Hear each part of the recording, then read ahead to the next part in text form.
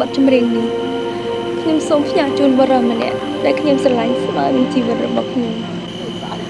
ទោះបីជាគាត់ឃ្លាតទៅឆ្ងាយពីរូបខ្ញុំក៏ដោយក៏ខ្ញុំនៅតែនឹកនិងស្រឡាញ់រូបគាត់ជារៀងរហូត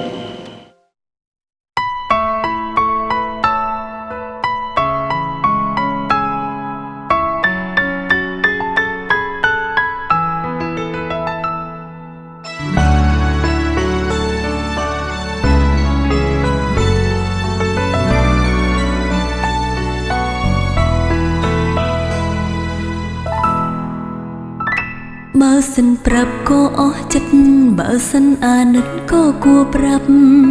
ហេតុអ្វីចាក់ចេញដែលគ្មានដំណឹងថាបែកយ៉ាងឡើងស្រវាបងយ៉ាងឡើងពេលបើភ្នែកដឹងភ្លាមថាគ្មានថ្ងៃស្អែកដែលបងវិលឡើយបើសិនស្អប់ក៏គួរប្រាប់បើសិនប្រញាប់គួរមានពេលគ្រាន់តែសរសេរមួយមាត់ថាបងលាហើយម្សិលមិញអ្វីក៏ល្អ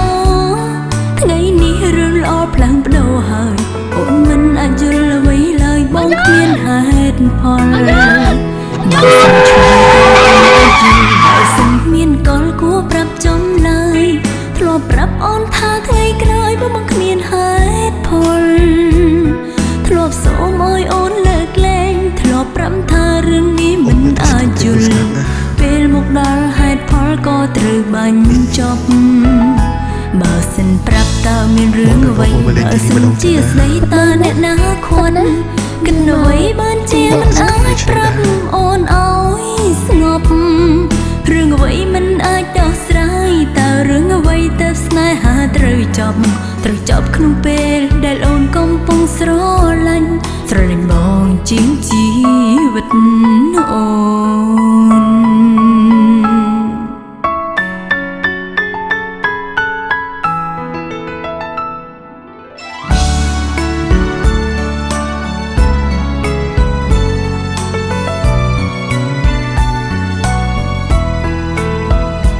បើសិនស្អប់ក៏គួរប្រាប់បើសិនប្រញាប់គួរមានពេល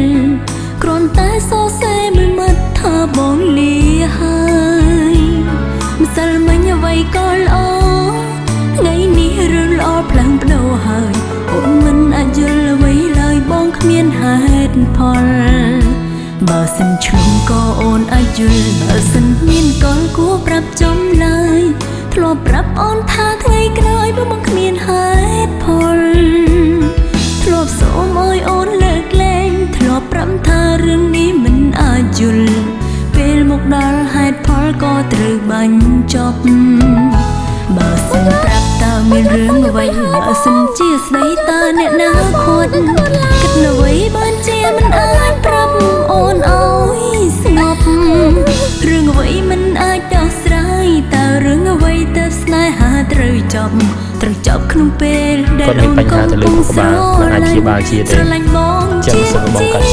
វិតគាត់អាចនឹងទៅតាមអបសំណាងរបស់គាត់បើសិនឆ្លងក៏អូនអាចយល់បើសិនមានកលគួរប្រាប់ចំឡើយធ្លាប់ប្រាប់អូនថាថ្ងៃក្រោយបងគ្មានហេតុផលធ្លាប់សូមឲ្យអូនលើកលែងធ្លាប់ប្រាប់ថារឿងនេះមិនអាចយល់ពេលមកដល់ហេតុផលក៏ត្រូវបាញ់ចប់បើសិនប្រាប់តើមានរឿងអ្វីបើសិនជាស្ដីតើអ្នកណាខត់គិតអ្វីបានជាមិនអាចប្រាប់អូនឲ្យស្ងប់រឿងអ្វីមិនអាចដោះស្រាយតើរឿងអ្វីទៅស្នេហាត្រូវចប់ក្នុងពេលដែលអូនកំពុងស្រ